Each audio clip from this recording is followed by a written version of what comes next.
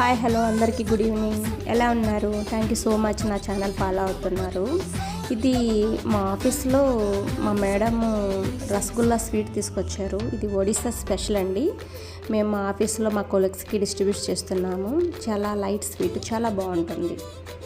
మీరు ఎప్పుడన్నా ఒడిస్సా వెళ్తే ఒకసారి టేస్ట్ చూడండి. Thank you. వీడియో నచ్చితే లైక్ చేసి సబ్స్క్రైబ్ చేసుకోండి.